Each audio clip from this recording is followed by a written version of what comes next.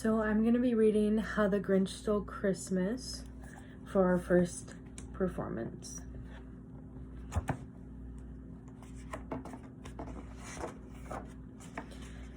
Every Who down in Whoville liked Christmas a lot, but the Grinch, who lived just north of Whoville, did not.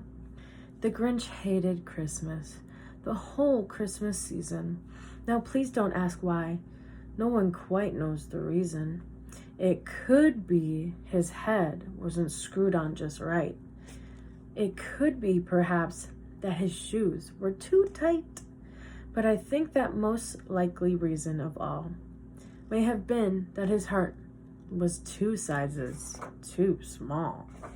But whatever the reason, his heart or his shoes, he stood there on Christmas Eve hating the Whos, staring down from his cave with a sour, grinchy frown at the warm lighted windows below in their town.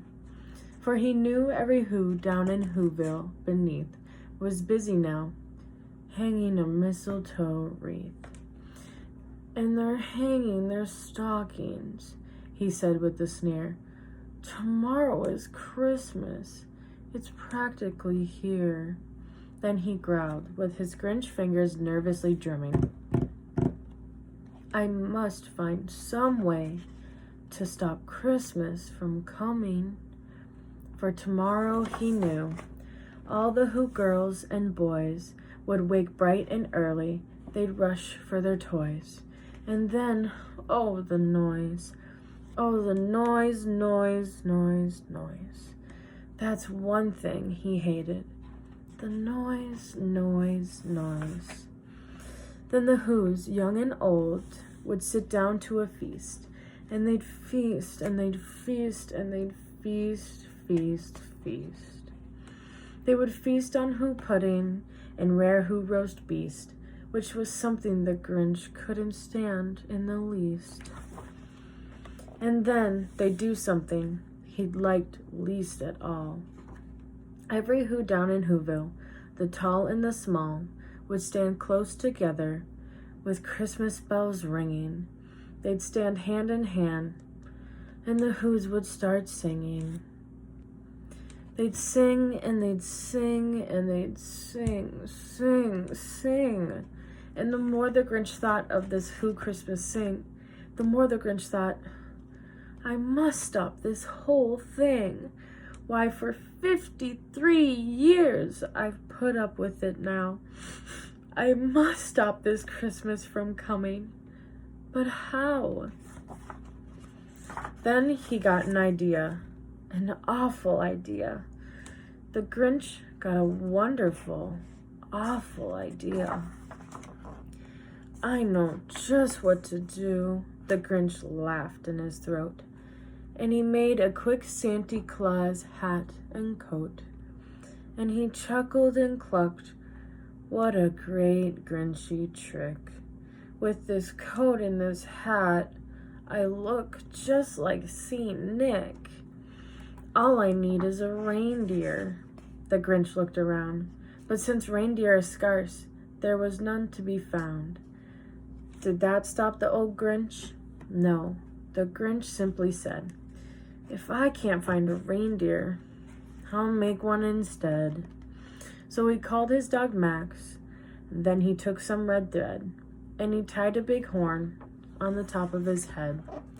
Then he loaded some bags and some old empty sacks on a ramshackle sleigh, and he hitched up old Max.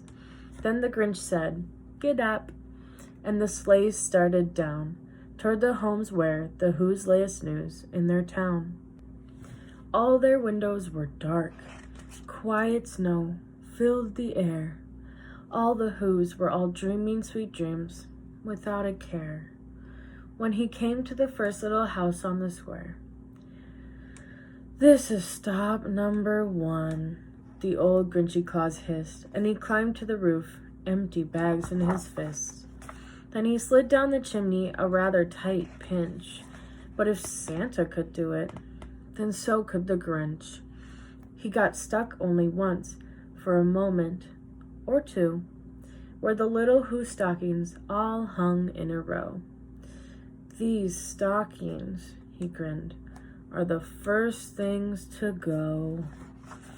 Then he slithered and slunk with a smile most unpleasant around the whole room, and he took every present: pop guns and bicycles, roller skates, drums, checkerboards, tricycles, popcorns, and plums. And he stuffed them in bags. Then the Grinch very nimbly stuffed all the bags one by one up the chimbley. Then he slunk to the icebox. He took the Who's feast. He took the Who's pudding. He took the roast beast. He cleaned out that icebox as quick as a flash. Why, that Grinch even took their last can of Who hash.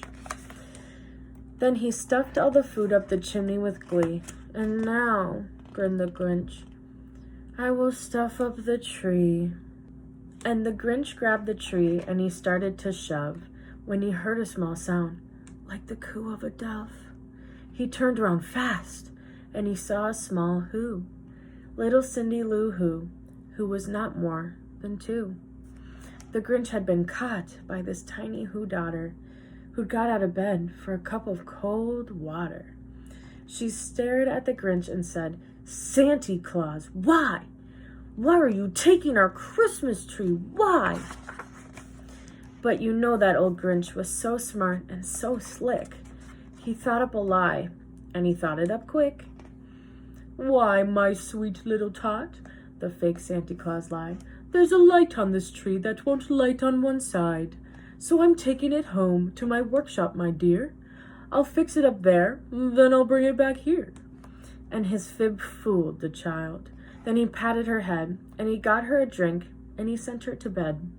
And when Cindy Lou Who went to bed with her cup, he went up the chimney and stuffed the tree up. Then the last thing he took was the log for their fire. Then he went up the chimney himself, the old liar. On their walls he left nothing but hooks and some wire.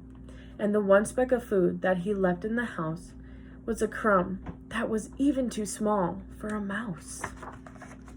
Then he did the same thing to the other Who's houses, leaving crumbs much too small for the other Who's mouses. It was 15:15 dawn, all the Who's still abed, all the Who's still a snooze, when he packed up his sled. Packed it up with their presents, the ribbons, the wrappings, the tags, and the tinsel, the trimmings, the trappings. 3,000 feet up the side of Mount Crumpet, he rode with his load to the tip-top to dump it.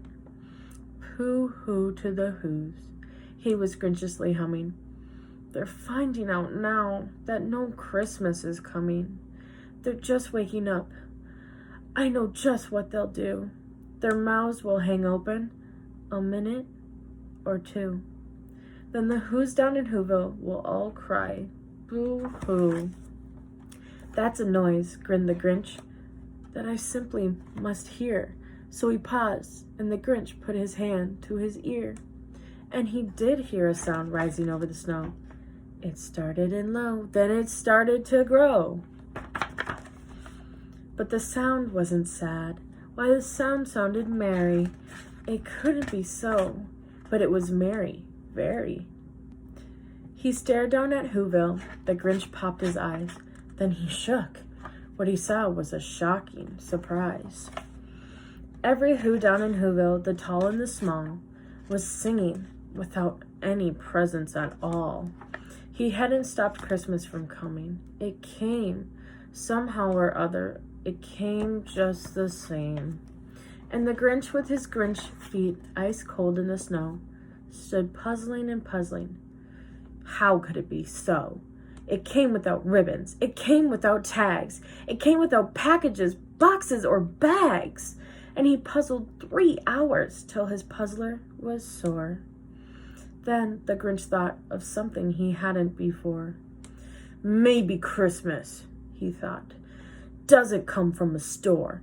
Maybe Christmas, perhaps, means a little bit more. And what happened then? Well, in Whoville they say, the Grinch's small heart grew 3 sizes that day. And the minute his heart didn't feel quite so tight, He whizzed with his load through the bright morning light. And he brought back the toys and the food for the feast. And he himself, the Grinch, carved the roast beast. The end.